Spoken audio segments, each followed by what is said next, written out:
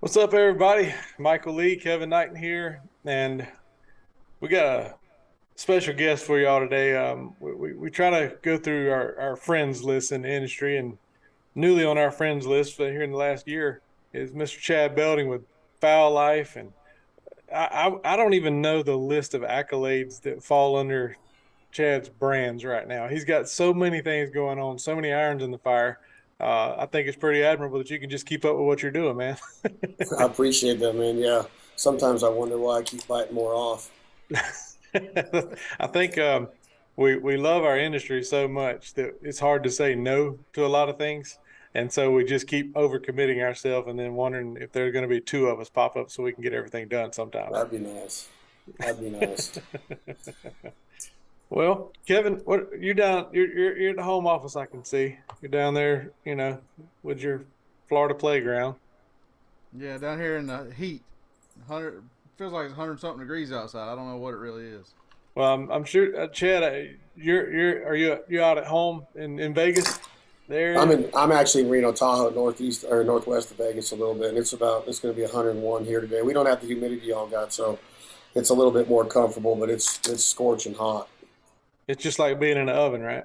Yeah, it's just dry heat and high desert heat, and you know, I mean, you sweat like crazy. Nothing like y'all encounter down there in Georgia, but Florida area, but it's still one of them deals to where it's nice to jump in the pool at lunchtime for sure and get your body temperature down. We had to put ice in our pool a lot just to make it tolerable down here. Yeah, I don't know. It's just a way of life, though. We're used to it, right? It's just what you grew up with. You just sweat it out, keep moving. yeah, I agree. At least we're I not out told my hanging deer stands. I told my kids yesterday go get in the swimming pool, and they said, "No, Dad, the water's too hot. We don't want to get in there right now." Yeah, like taking a bath.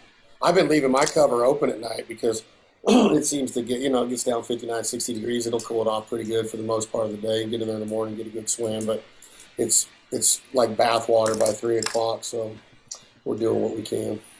Yeah, literally, unless we get some rain, which obviously we get more rain than you guys do, but unless we get some rain, it's only 75 here at night, 78. So it doesn't really cool off a whole lot. It's just one No. of them things. You just deal with it. Yeah, I Or like that stay part of the inside. country. I like that part of the country. I hang a lot. I'm in Georgia quite a bit. Florida. I'm actually filming an episode in Florida this year. First time ever. I'm going to be down by Orange Beach and going to be rocking with the Floribama a little bit and the guys over there, and then Brandon and them, and then hunting. I can't remember the name of the marsh area, but we're going to be filming some widgeons and redheads and teal and stuff down there. I think it might be kind of neat, but it'll be my first time shooting ducks in Florida. I've done gators and osceolas and done a lot of offshore fishing, but this will be the first time for waterfowl. Wow. Yeah, I mean, I guess in the big scheme of waterfowl things, and we'll jump into kind of everything under the gauntlet here I've got written down to talk about. But I mean, I know duck hunting is big, and I think, and maybe I'm wrong, Chad. You interject any time you feel like it if I say something that's off track. But I feel like that sport has grown a lot in the last, I don't know, 5 or 10 years, especially. And I think the younger generation is definitely getting more involved. At least down here where I'm at, like all the high school kids. I mean, that's kind of their thing is to go duck hunting in this part of the country right now. Do you see that as kind of a pattern? Yeah, I'd like to say that the duck hunting overall population or numbers have grown. Obviously, it's still one of the smallest sectors behind deer and turkey, even predator. But it's I think that down there in the SEC and kind of those the fraternity brothers down there, we've had huge success with our lifestyle lines. Running with whatever school it is, and it's funny because like Georgia and Florida and South Carolina, North Carolina, when you go places like Saskatchewan or Manitoba or Alberta and you're with an outfitter up there, or you go over to any of the, historic flooded timber places in Arkansas or along the Mississippi Delta, I've met so many people from your guys' part of the country because of what you alluded to before we started this conversation is like a lot of hunting down there is getting the cypress stumps in the morning, kill a couple wood ducks and be back by 9. You don't have a whole lot of decoy mallards or the vocalization. So I think with the way that the internet has grown and the way that people are getting their content now, when I was coming up, man, I was on the road. I was at every contest from Easton, Maryland for the World Goose, to Stuttgart for the World Duck, the U.S. Open, the Winchester, all the Grand Nationals, all of them, right? That's how you couldn't go on YouTube and find hours and hours and hundreds of hours of content on how to operate. You'd have to go get a Tim Grounds cassette, or Fred Zink had a DVD called 24/7, or a CD, I mean. And it was tougher to learn, but now you can actually get good video content and hear masterclass routines, if you will, and see hand positions and get good instruction and tips and tactics. So I think that that's gotten people into it, even though it's a very intimidating barrier and entry to get into it because, one, the financial means, two, all the regulations and laws that go with it, and three, a lot of people don't understand the weather and the climate when it starts to be December, January, and how to be prepared. But I'll end it by saying, a lot of times you talk to old timers, that were hunting ducks back in the commercial hunting days and hunting in the 50s and 60s, and you think of the words like these were the glory days, or these were the best days of our lives, like the golden time for duck hunting. Well, I think it's right now. We have conservation that is unbelievably, at its highest, with organizations from Delta, which we're going to be in Little Rock this coming weekend at the Delta Waterfowl National Convention. We'll be speaking down there with Realtree with the launch of Max 7 for 3 days this coming weekend in Arkansas. Then you got Ducks Unlimited. You got regional people like California Waterfowl that is very evident in all of their focus and what they're doing out on the West Coast.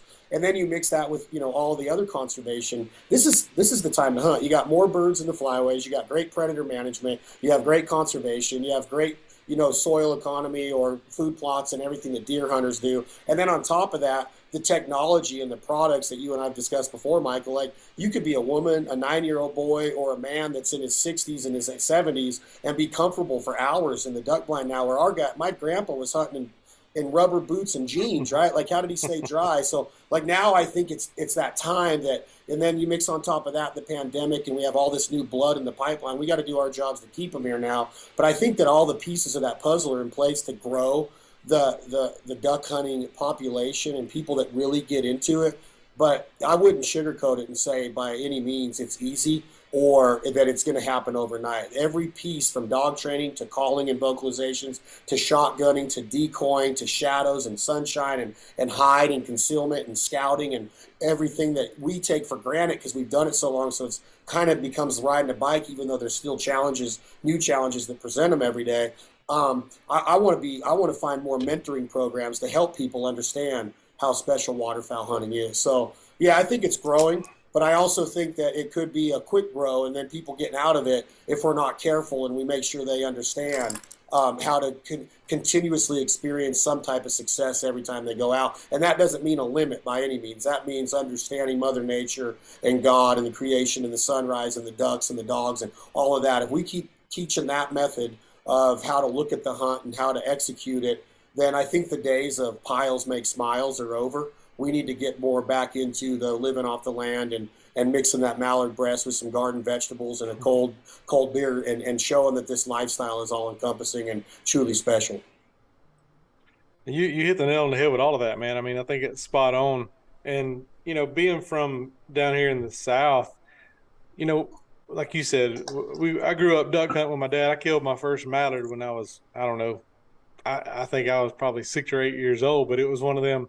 That's just what flew in the wood duck hole that morning, and I shot him with a little single shot 410. But that memory has stuck with me, 40 years now or so. And the things with that come along with the camaraderie and the lifestyle and all that, to me, I think that's the draw to this is, Kevin and I have spent enough years, and Chad, you too. I mean, sitting in a deer stand and watching sunrises and sunsets. So maybe you and a camera guy, or just you by yourself. But there's a whole different deal when you're sitting on a body of water watching that sunrise and you're watching ducks come in and you're doing those kind of things that I think more people could appreciate everything we do and the hard work that comes into it just by sitting in there one morning and watching it go down. Yeah, I agree. The camaraderie, the socializing that happens, and the walks of life that make up every day, like I can't tell you how many strong relationships can be formed in a duck blind. I think Duck Camp USA, Turkey Camp, Deer Camp's the most special place on earth, better than Paris or Rome or the Amalfi Coast or any golf course in the world. It's just that you become fast friends, memories are made, stories are written, and then you never really get that type of competitiveness or that I'm better than you. And I think that one of the things that we need to continue to do a good job of is checking our ego at the door and get along to where a deer hunter like both of you understands a duck hunter like me. And if I want to get into deer hunting, y'all are going to mentor me, and vice versa, right? And I think that the days of getting pissed because a veteran gets to hunt on Sunday before opening day in his wheelchair or her wheelchair, then so be it. Or if there's special days for youth hunts, then so be it. It's crazy to think the mindset would be that all the ducks are for me. You know, that's like, I'm an average duck hunter at best. Like I've always tried to build. When I started Bandit in 2008, our slogan was the hunting is the common denominator that creates all, is the common denominator that brings all these walks of life together. And I just saw that hunting with an admiral or hunting with a musician like you guys do, or hunting with an athlete and then hunting with a high school janitor and a fighter pilot. And it was just crazy that once you're in camp, it's like, man, we're tight, we're buddies. And then you get cell phone numbers. And then all of a sudden you're doing it again and you look forward to that. So I think that there's a lot to be said about the entire execution of camp, in that, again, if you take it for granted and you don't understand the small special parts of it that are happening right before your eyes, then that's when you're just like, wow, it came and it was gone. Because you're going to have to move on. You have to leave Illinois, Pike County, and you're probably going to move down to Kansas on another deer camp. But you just had 72 hours or 4 days with some friends in Illinois that you should have taken advantage of and created an unbelievable bond in those 4 days. And that's what hunting allows you to do, to where you can't just be like, oh, we're off to the next one. It's like, oh my gosh, I'm sad to leave. The anticipation's still here, and I can't wait to get to Kansas. But man, thank you all so much for what we just experienced in Pike County, Illinois. And that's how I've looked at every duck camp we go to, because as you guys know, Michael and Kevin, is like, this will destroy you. The road life, the loneliness, the darkness, the going from one place to another, and having all the gear and the cameras and the charging and the uploading and the servers issues and the batteries and everything that goes into it. People would be crazy not to think you would get tired of it. You get tired of it in an instance, and you got to keep that morale up and that attitude, like always optimistic, because of those special little increments that literally will build you for the rest of your life. And when a new person sees that, I think that's what gets them and goes, man, I can't wait to get back. I cannot wait. I just love what we did.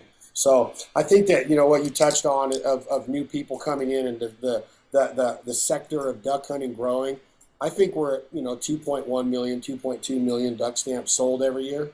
But that's a little tiny bit of the 15, 16 million hunters in the United States. But it is growing, and it's positive, and it's because you can go out and consistently see ducks and geese wherever you're at in the country now, because of those before mentioned conservation efforts.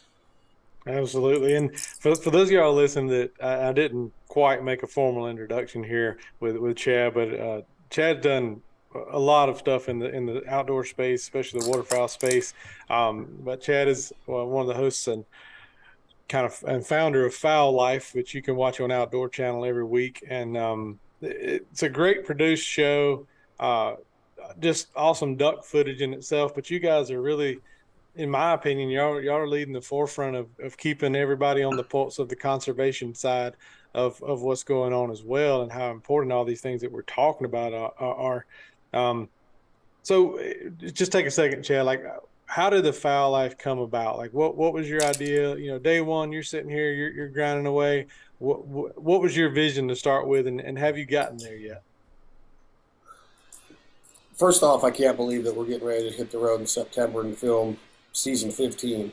Like, that blows my mind that we're right now currently in 14, which you guys are in the same boat. It's amazing that people still want to see it or sponsor us or talk about it.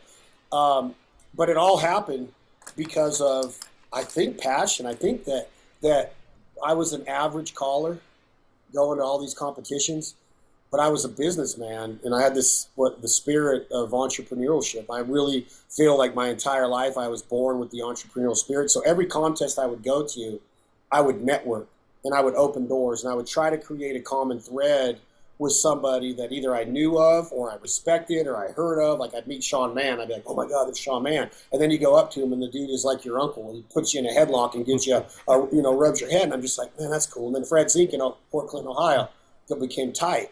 And I started winning a little bit, and I started seeing some success.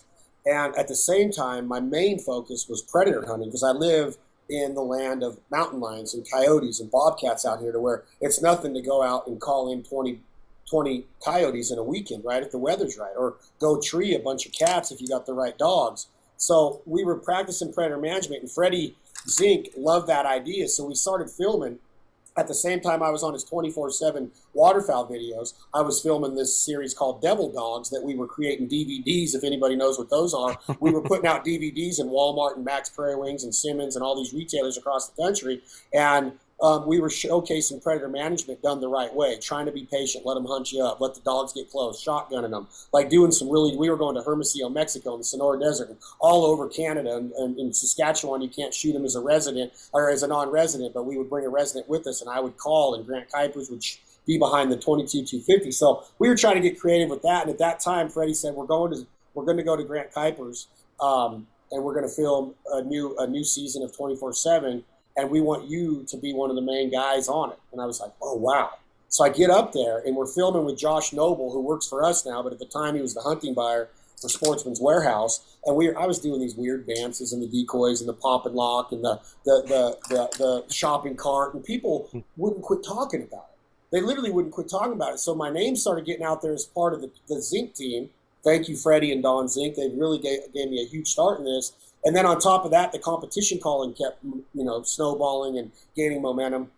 Well, the next year, Freddie brings me up there, and there's a film crew up there with us, filming at the same time we're filming, and it's Ducks Unlimited's Water Dog TV with Justin Tackett that was produced by Shannon Nardi at Dancing Dog Productions, and they were airing on the Versus channel. I mean, this was a legitimate TV show with ratings, and so we're up there, and I cut it, I break bread with those guys. We become friends. He's a football player from the Razorbacks. He played strong safety for Arkansas, and great dude, and Shannon's a sweetheart. And they're like, we've never hunted out west. We've never filmed in California. We've never been to Idaho. And I'm like, well, let's go. So we went to Idaho, Oregon, Nevada, and we hunted, and we did 4 episodes of Ducks Unlimited's Water Dog TV in 2006. And when that trip got over, the production company that was called Divine Productions in Tulsa, Oklahoma, called me and said, would you ever be interested in doing a show about you? We loved what you did on camera. We'd love to talk about sponsors and a pilot and all this. So I'm like, oh, dude, I love this idea.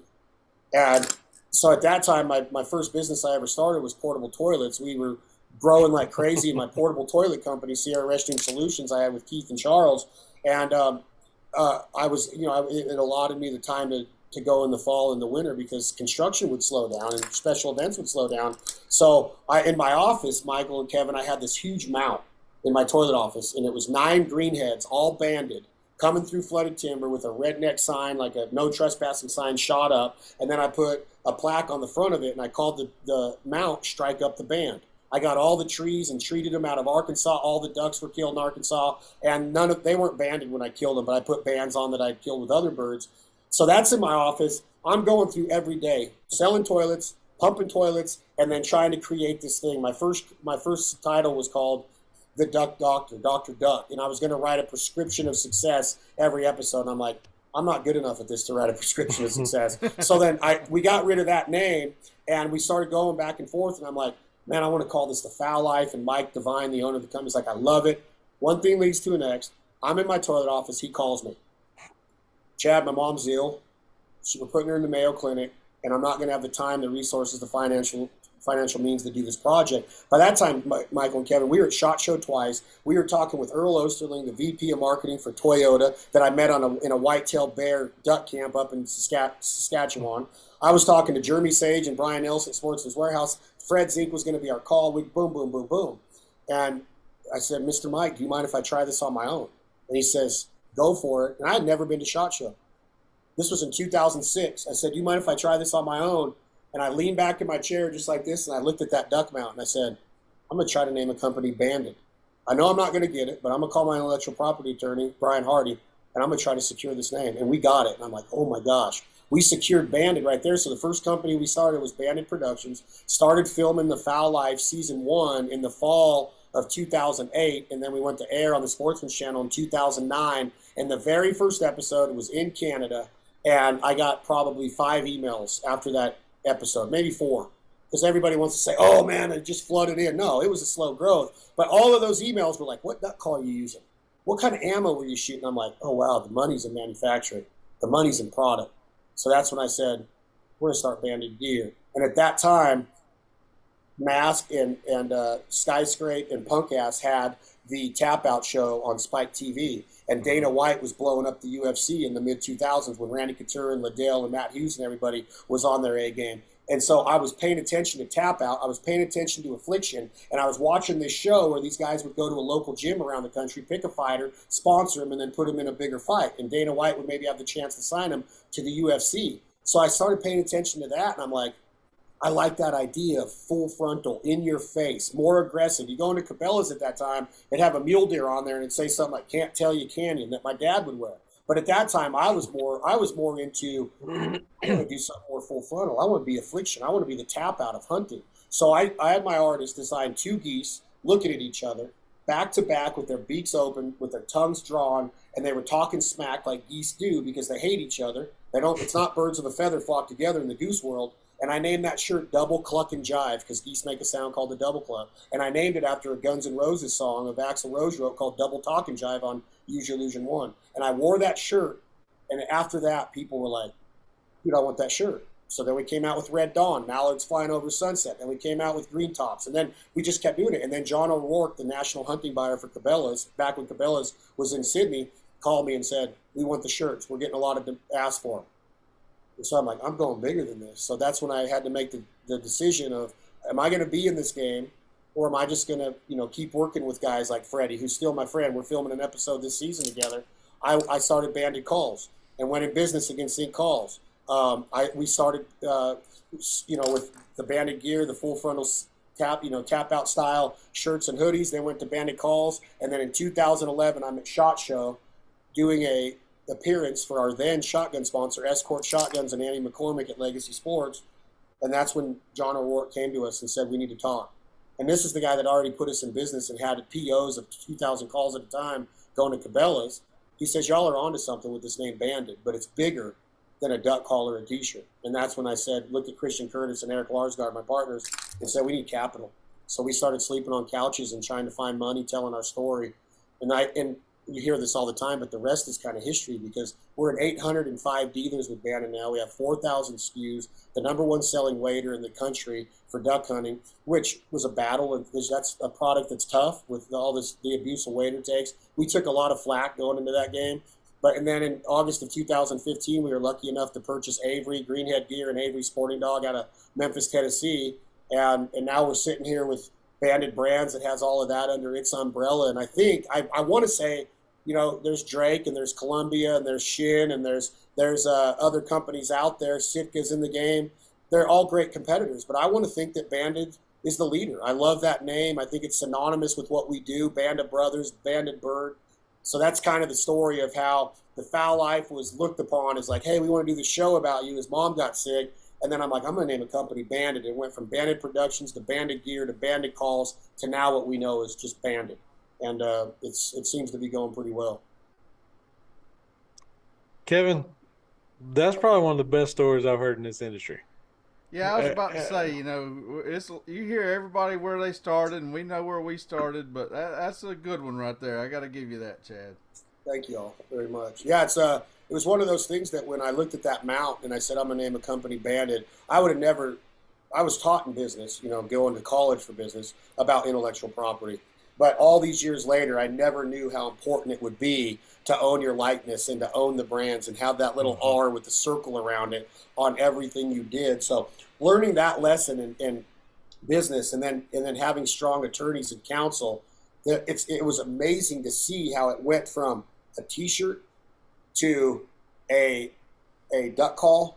I mean, we started with a duck call called the Bonsai. I took so much slack. There was a double reed duck call, and people were like, this sucks. We sold the fire out. And then I came out with the Wrecking Ball Goose Call and the Crazy Train Goose Call. And my partner, Chris Finesse, at the time, he's designing them in Reno. We're cutting them out on lathes, and then we got to find machinists all over the world. We're going from Dallas to Topeka to Kansas City, and we're working with all these different manufacturers of these CNC machines, bringing in these sticks of acrylic, and then mastering the art of the duck and goose call. Well, lo and behold, we weren't good at it. We were good at it in a way to where it got our name out there, but once the waders hit and once all this product started coming out, We didn't have customer service. You go down to Richington, Stuttgart, and talk to John Stevens and Jimbo and Mr. Butch at the time. You could go get a call. They'll tune it for you. They'll teach you how to blow it. They'll take a picture with you. You could have a beer in their waiting room. They got all this merch and shirts. I was like, gosh dang, Richington's awesome. I want to be Richington. But we weren't. So Banded became the Richington of gear. And then 2 years ago, I broke off and started Jargon, got back in the duck call game, reinvented the Wrecking Ball and the Crazy Train that we launched last year, and they're kicking butt in our short reduce call. And now we got turkey calls. We got all of the duck calls that, in my opinion, I take this to my grave, that there's not a better duck call ever designed. Or my partner, Chris Cifrio, is a genius with machining and engineering and CAD and drawing. So now Jargon was born, and we're pushing that brand that came off of my passion for the vocalizations and how we can literally speak this jargon, the specialized vocabulary amongst a group of people. And when I thought about it, I was like, there's 3 different levels of jargon in duck hunting.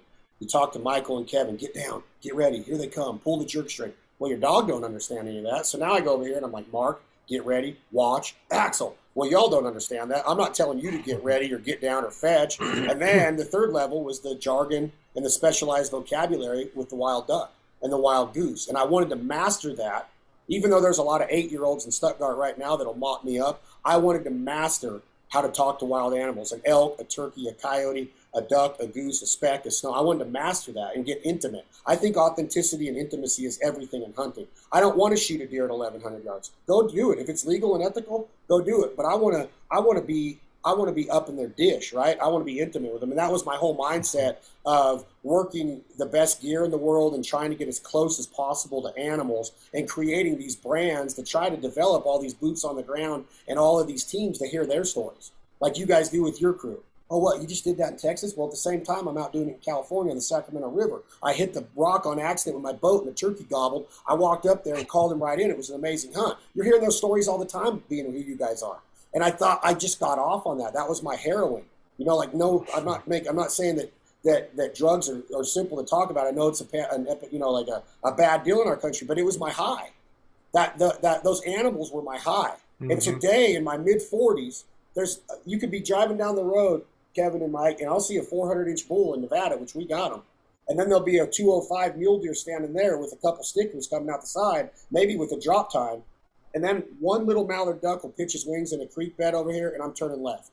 And my brothers and everybody are still turning right. So when the whole world was turning right, I was turning left because that mallard duck ate me up. It just ate me up when I saw it done the right way. And that's where I think all of these brands started coming through, was not a flash in the pan, but more so of a passion project, to where I grew up poor. I grew up with a union plumber and a mom that put herself through nursing school and then got her master's in nursing, but at the same time raising 3 boys that were all 2 years apart. And so I realized early the power of economics and financial means and how to save and what it meant to be poor. And I never wanted to be in that position. So I never really worried about becoming rich, and I'm never going to be rich. I wanted to create a legacy and to create brands and employees and put food on the table for a lot of different families. So then hence, jumping forward a little bit, I'm talking a lot, Michael, you got me going. You're good, man. That's when I came up with the provider. And when I named the provider and registered that trademark, it was all about what you guys do every day. But I learned during the pandemic that people love this food. They just had no idea that you could go call in a wild turkey, because we don't live in the inner city. We take it for granted again because we were mentored to do this. My dad had me in a backpack when I was 6 months, looking at deer and through binoculars with him in the binoculars and me over his shoulder, right? So we take it for granted that everybody in the inner city, all these other kids and nieces and nephews and aunts and uncles and moms and dads, they get to do this too. No, they don't. No, they don't. So this provider mentality came out of people being like, I can't get no pork chops or steaks at the store. Okay, well, take this turkey breast. Here's a recipe. What do you mean wild turkey? Where'd you get this? Oh, I shot it in California. My boat hit this rock, and I went back to that story again.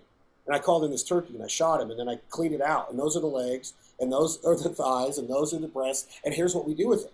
Here's buttermilk. Here's T-Bone Turner's recipe. I copycatted it because it's genius, and I love it, right? So I would tell people that. And then they're like, well, I want to go get one. So then I was like, this is a mentoring opportunity of this provider mentality is who we are. We grow gardens, we grow steers, we grow chickens, we grow pigs, we get our own buttermilk, we grow our own eggs and cook our own eggs. And then we're honing our skill set to catch a trout, and fillet it, or a salmon or a halibut, and then we're smoking a duck, and then we're killing a moose and eating the roast. I mean, how much cooler could it be than to be a provider? And my dad always said, you're put on this earth to work and to provide for you and yours. So that's how the provider mentality was born, which is all encompassing of everything we do, to provide for the ducks, to provide for the families, to provide for the deer, conservation, sustainability, 360 degrees, full circle. It comes around. You're a farmer. You grow your corn. That corn is picked and harvested. It goes to the market. The deer come in there and eat the afterbirth. You see the deer. Can I get permission to hunt your cornfield? Sure, buddy. Boom, you kill the deer that was eating that same corn, and now you and that farmer have this rapport and this relationship, and it goes full circle to where that land and that sustainability is not just feeding millions of rodents underneath where that deer is eating, but a coyote comes in and eats one of those rodents. That farmer's doing it all. Sustainability, providing. And so that mentality brought me to my partner, Chad Mendez. Y'all know Money Mendez. He was living the same life. High protein enriched, no steroids, knowing where your food comes from. And that's what prompted us to start American Almond Beef and start growing our own steers and telling the story of that and how, that went along with the provider and all down the road. So that's not a nutshell, but that's it in a nutshell. We call that an oyster shell. It's a little bit bigger. Oyster shell, a little bit bigger. Yeah. But no, I mean, that's awesome, bro, man. I mean, that to me, obviously, I enjoy talking to people that are very passionate about what they do, and you are definitely one of the most passionate people about what you do that I've ever been, associated with in this industry, and take that for, a great compliment, because it's easy to sit back and wait for things to happen, and true entrepreneurial spirits like yourself, you make things happen, and that transfer all the way into your hunting, into your success out in the woods and on the water. Kevin, what were you going to say? I was just gonna say that provider thing. I mean, that's huge. I mean, as a farm kid growing up around here, I mean, that's something people live in my neck of the woods get it, like you said, but you don't take into account all the inner city people that have never learned even lesson 1 out of that, much less lesson 100,047. I mean, that's huge, dude. Yeah, and I think that, and I appreciate that, Kevin and Mike, and I think that it's so easy to watch a TV show and be like, oh man, anybody could kill ducks there. You're in North Dakota and you got a mojo on and they're eating up the corn and it's powerful. They just crossed the Canadian border. Of course you're going to get them. Anybody could kill them. I don't get to kill them. I don't get to go there. I got to stay here. And I'm like, look, if you want it, you can go get it. The lesson of what you just touched on, Mike, is you can go get it. You can go kill those ducks. Oh, I could kill all them backwoods deer that y'all get if I got to go to Texas, and y'all are probably in a high fence. So there's all this like animosity that comes out of this when what we're trying to do is say, go do it. This is out there. This is out there. Like a monkey could kill a duck. A mallard duck has a brain this big. I am average at best at it. I've been taught by the best in the world to where now I get to hone that skill and do it with passion, to where I paid attention. I was coachable. I was teachable. I was an athlete. I played D1 baseball at UNLV. I tell the story all the time. My dear friend Fred Dallimore, who's 80 now, my head coach at UNLV, called me the biggest recruiting mistake that he ever made in college as a center fielder coming out of high school, because I got backdoor picked off against San Jose State in Stockton and lost the game for us.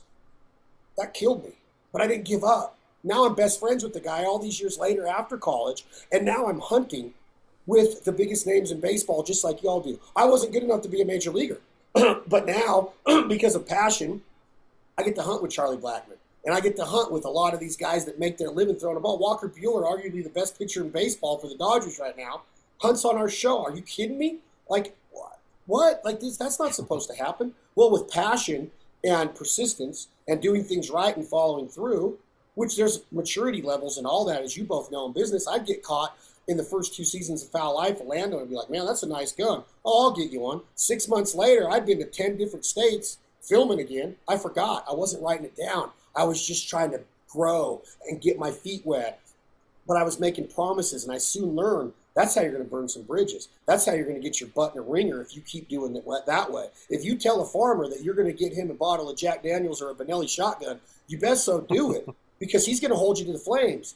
And if you follow through and you always fall, whether it's hiding your blind or scouting ducks or taking your kid hunting, if you follow through and do it with passion, good things happen, doors open. It's not about FOMO and the fear of missing out. It's about being in the moment and being present, being like, that farmer is a, can you imagine what he's doing at 5 o'clock Kansas time when I'm still snoring in Reno, Nevada at 3 a.m. on the Pacific Coast? He's in his combine working America. That's what every country song was ever written about, and he's living it. And I'm taking it for granted? No way. I ain't going to take it for granted. So it was about follow through. It was about leveraging those relationships and saying, how can I help you? Well, I'd really like you to take my nephew out next time you come on the farm. No problem. Let's talk to him. Let's bring him a care package. Let's bring him a jacket, a duck call. Let's teach him a few of the basic notes and a quack on a duck call. They love that. They eat it up. And that's all because of passion and follow through, and not being how I was early in my career of like, blinders on, I'm gonna rock this. I don't care about being rich, but I want to see bandits succeed. And I was forgetting of those little moves that duck camp taught me. I better make sure I go into that kitchen at Whistling Wings, at Prairie Wings in southeast of Stuttgart, and tell Mr. Billy Bogey, thank you for that smothered deer steak you just made me. And not just thank him, but make sure that he knows throughout the year, with the ammo I send him, or with the rest, with whatever I send him a signed cookbook. He's in the centerfold in the middle of our 264-page provider cookbook, a badass photo of Billy Bogey sitting on the porch of Prairie Wings in Arkansas. And there's a story about what this man taught me about humility, kindness, sweetness. I wish I could be as sweet as Mr. Billy Bogey. I'm too hard. I'm hard love. But he taught me these lessons that I wanted to take back and be like, I want to apply this. I want to be nicer. I want to follow through better. I want to live life better. So I wanted to improve in all those aspects. And hunting allowed me to do that, because the people that taught me the greatest life lessons, my dad passed away in 2006. And people like you guys, or Fred Zink, or Tim Grounds, or Phil Robertson, and Willie, and Jason, all the guys I hunted with Benny Prince back in the day, and Red Dog, they taught me different things. And then I'd go here and get taught different things. And then it was just a big melting pot of awesomeness. And that's what hunting is to me. It could be the provider, it could be jargon, it could be bandit, it could be Avery, it could be the Fowl Life, it could be Backwoods. It's just a big melting pot of awesomeness if we stop and allow ourselves to live it for what it is. Because chasing a trophy deer and being in bed at 7 o'clock because you're so wired to kill a 200, that's part of it. But there's also what you're missing from 7 to 9 that could have been very unbelievable for your livelihood or your life or whatever the case might be. So I try to look at it with those kind of lenses, and all the time, Mike and Kevin, of I don't want to miss this. Remember the country song, I don't want to miss a thing? Like, I don't want to miss this. I think Aerosmith redid it with Steven Tyler. I don't want to miss this life. I don't want to miss it because, man, as you guys know, both being God-fearing man in the part of the country y'all come from, it's a lot different down there when you talk about God than it is where I'm from. But I've learned, being in the South, how important it is. I've learned to say yes, ma'am, and no, sir. I wasn't brought up that way. But now I go to the South so much, from Nashville to Mississippi, all the way over to Florida and Carolinas and Georgia, everywhere, Alabama. I learned it. I learned what tomato gravy was. I learned what chickens were and collard greens. And I knew how important the socializing around a table was, because out here, I'm running at 90 miles an hour all the time, 190 miles an hour. In the South, I got to slow down. And my good friend Adam Hood just put out a song 2 days ago called The Speed of the South. And it's genius of what the speed of the South is and what it's taught me. And I could go on and on about Canada and what that taught me, and what being in Washington taught me, and what being on the Puget Sound taught me, or the Bay in San Francisco. We learn every day. And I just want to keep bringing it in, because when I'm gone, I want to look back at it and be like, man, that was good. And I followed through on my word. I treated people right. I was a tough ass. I was a hard you-know-what.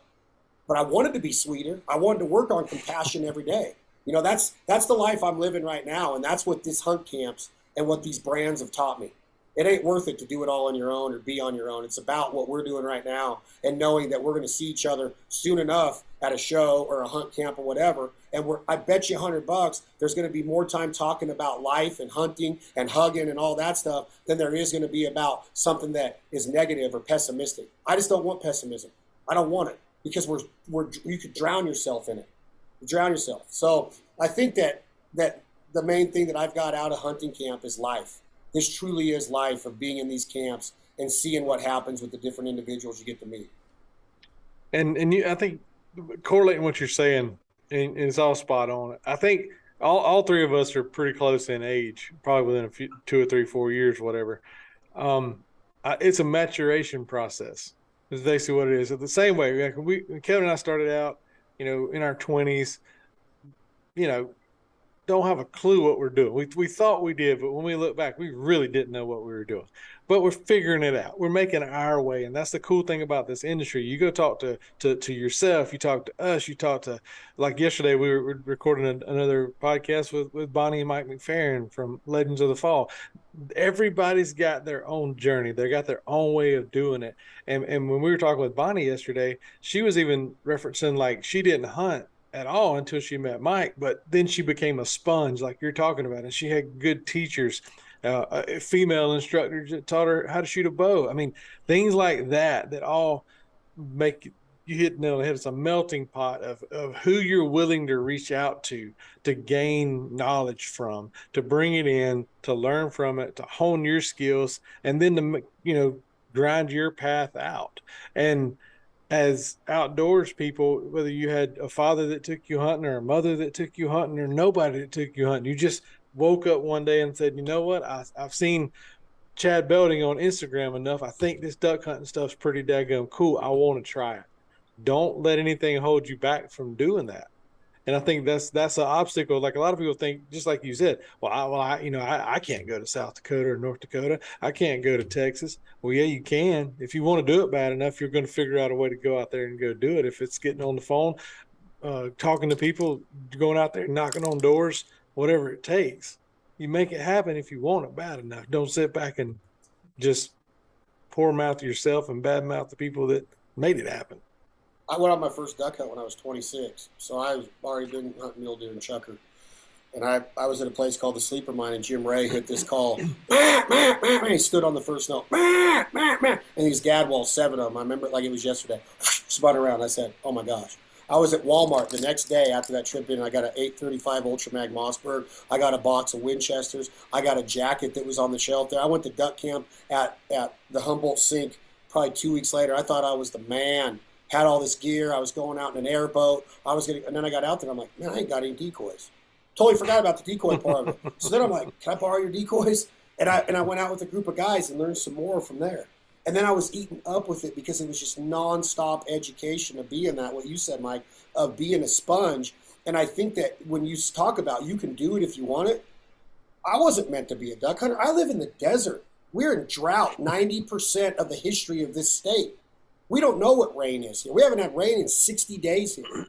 So we're not supposed to be duck hunters here. I'm supposed to be a mule deer hunter. I'm supposed to have a pointer in front of me on a chucker grouse. I'm supposed to be up on top chasing a snowcock or a mountain goat or a desert sheep or a Rocky Mountain or California. I was brought up to kill big game. I barely even apply anymore because I'm so eaten up with those gadwalls that spun on a dime that day. So at 26, you would think, he's probably going to go out there and maybe like it. The next day, Sopranos Sunday, I was watching The Sopranos, and I'm asking Jim Ray, what did you say to him when you did that yesterday? What were they doing? He goes, man, I told them to get their butts back here. I go, where'd you learn that? And he said, Duckman of Louisiana DVD, or as a VHS with Phil Robertson and Warren Coco from Go Devil. I said, I'm getting that. Went down to Mark Fornstrike, Piccinini family, bought it off the rack, a VHS tape. I still got it signed by Phil and Jason, all of them. And I was like, I'm going to keep graduating from level to level. I'm going to learn it. I'm going to learn this. I'd wear people out, guys. I'd be in the truck on a coyote hunt. I'd be going, I can't get my tongue right. My dexterity, my tongue's not there. I can't. And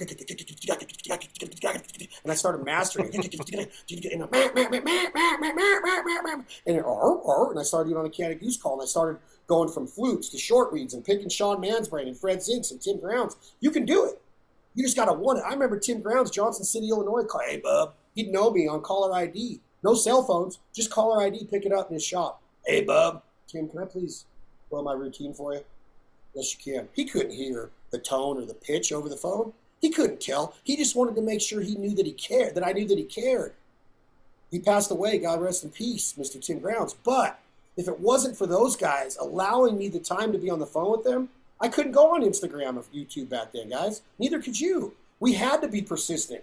If you wanted it, you had to go get it. And that was when I was 27. So just a few short years later is when that whole deal took place of hunting with Fred Zink now and getting noticed by this camera crew and getting a shot at the title and not looking back. Because it'd been easy that first 2 years. The financial means I had going into each trip, the investment, and I get so stressed out, I'd be like, we're not killing him. I just hit a deer. My bumper's messed up. My hitch ain't working. The trailer just popped off. Boat just, I mean, I was a mess. I was a wreck. I was trying something I wasn't put on earth to do. And I did it because I had this passion and this love for it, and truly never looked back. Question myself some. We'd all be idiots to say we don't question what we're doing because we're crazy. This lifestyle's nuts, man. But it worked out. It worked out to where now I get to do business with you. I get to be friends with both of you. We're going to eat a catfish fry someday, or some smallie, or some perch, or bluegill. What do y'all call them? Brim. We're going to have a brim. Like that. Yeah, can you imagine? Fry. Can you imagine? Can you imagine how special this life is? We're not even supposed to know each other, Michael Lee and Kevin. We're not supposed to know each other. I'm supposed to be in Reno, Nevada, and y'all are supposed to stay at your house in Georgia. But because of this awesome life, we're out meeting people. We're doing it. Man, it's amazing to me. It blows my mind to where you look at real life billionaires and millionaires, and I'm like, my life's just as special as yours.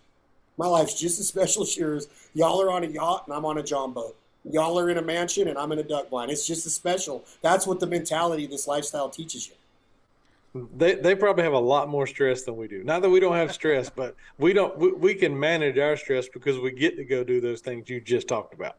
100%. I wish they got to too. Well, you talked about you didn't duck hunt until you're, what did you say, 26 or 27 years old. Yes, I'm the same way about turkey hunting. I'd never turkey hunted until I was 20 years old, and now I got a dozen turkey calls sitting right here on the shelf made by some of the best people in the country, and there ain't a day that goes by I don't pick up one of them turkey calls and run it a little bit. I love turkey hunting. But I think it's unreal what it did, like what turkey hunting can do to the soul and the therapy. And if you don't believe it, if you think hunting's bad and you want to be anti and you want to vote with your emotions because Bambi got shot. No, he did. No, she didn't. Bambi's not real. Bambi's Walt Disney. Vote with scientific data, and then go out in the duck blind or the turkey woods and see how therapeutic it is for a man going through some issues or a returning veteran. All the veterans we've had with wounds that are crippled now, and what happens when they see God's creation in a duck blind or turkey woods or deer camp. You can't tell me it's not the best or special. So for people to shut down on it just because they think that we're hurting those animals without doing the research to know that we are the ultimate conservation. If it wasn't for hunters, you wouldn't be seeing those elk. Okay, you wouldn't be seeing all those Canada geese in the Chesapeake Bay. You just wouldn't. You wouldn't see all those turkeys in Texas if it wasn't for NWTF.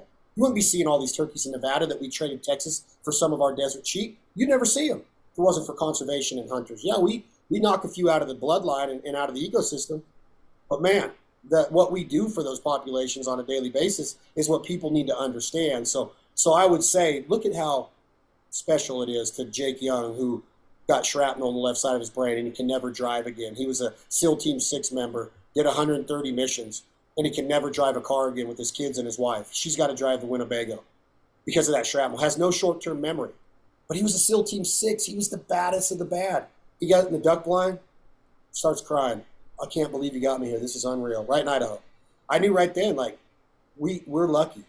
We are so blessed to get to do this. And that's why those little things are so important that also pertain to the safety, the security, the longevity, because I'm going to be damned if something happens to end this earlier than it was meant to be ended. I don't want to make a mistake that's going to be bad towards the animals. I want to have compassion for the animals, respect for the resource, and keep safety at the forefront of everybody in my duck blind or duck camp. I don't want to get all hammed up on bush light and go get in a four-wheeler at 12 o'clock at night and go do something dumb. Maybe when I was 20, I did that, but looking back, are you nuts? I could have missed all of this. So I hope people understand that there is something about, going overboard, and you can really do that in life. And I'm not preaching. I'm just saying you got to keep safety the first force because we are dealing with weapons on a daily basis. And I don't want to see a mistake made. So I'm very anal. I'm very transparent. And I'm always talking about what are the most important parts of what we're getting ready to experience. And it's never the limit. The pull the trigger is special. Killing a duck is fun. I'm not ever going to be apologetic for it. But there's so much more that goes into killing an animal. It truly is. And that's what people don't realize. You hit the nail on the head is how much the conservation side of this thing. Think about all the work that we do and you do, say, your duck hunting properties, these farms that these farmers have that we hunt on, our own leases that we plant food plots on, and we do all this habitat management that we don't kill everything that comes and eats there. We don't kill every duck that flies into the pond. We don't kill every deer that eats in the field. We don't shoot everything, every turkey that, you know, comes in. I mean, sometimes we want to because we're eat up with it like that. But at the same time, look at the ecosystem and what we're doing for it. Look at all the other animals that get benefits from what we do for one animal that we may hunt in one season. It's crazy. It's a huge part of it, man. The shorebirds, like I talked about the farm and sustainability and then conservation, and you talk about eagles and hawks. Show me a duck marsh that doesn't have a healthy population of eagles around. You know, Right. show me what shape quail would be in if it wasn't for conservation because Yeah. of all of the different land that's being chewed up. Chris Knight, y'all know Chris Knight's music in Kentucky. Go listen to some of his songs about his grandpa's land and watching the last quail get shot and what it meant to see a Walmart go in there and how, like, his lyrics, like, sit here and tell us what's happening. You can't be mad. You can't be mad that somebody said, "Oh, I got this tract of land. I'm gonna make some money on it." That's the way the world's built. But you definitely can't be mad for a hunter going in there and saying, "This is where I grew up hunting," and being sad about it and raising a little bit of a stink. And you definitely can't be mad about the coyote that's going to crawl under your fence and take your cat if you ain't careful because you just done built right in his backyard too. That's all this. That's all the things that go through your mind in this lifestyle of like, who are we? Who are we? We're a speck, man. We're a speck. Those ducks are way more important than my Benelli is, and I love Benelli.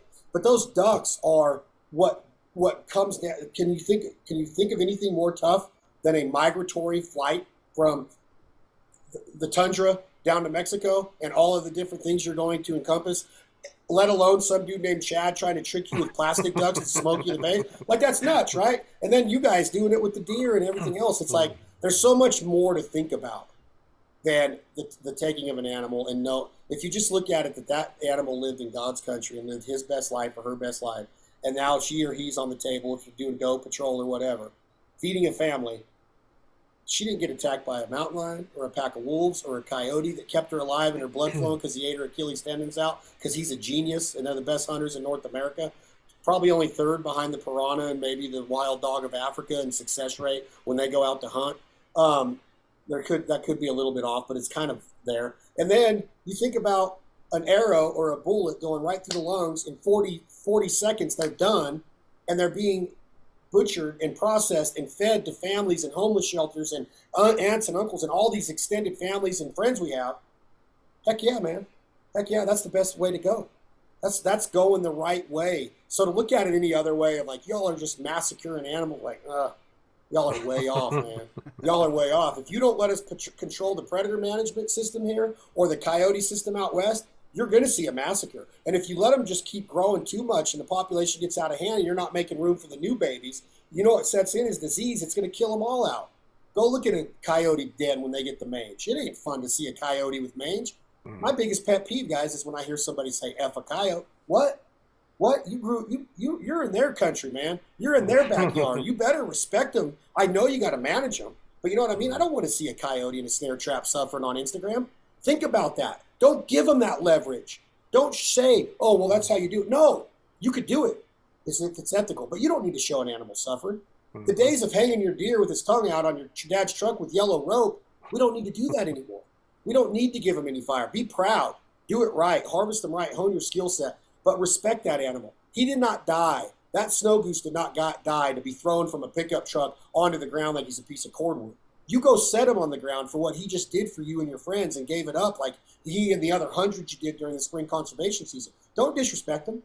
Figure out a way to do it. I feed him to the Omaha Zoo, to the lions and tigers. We have a deal worked out with them on some hunts in the Midwest. We put them into ground, and we do street tacos for anybody that's in camp with us.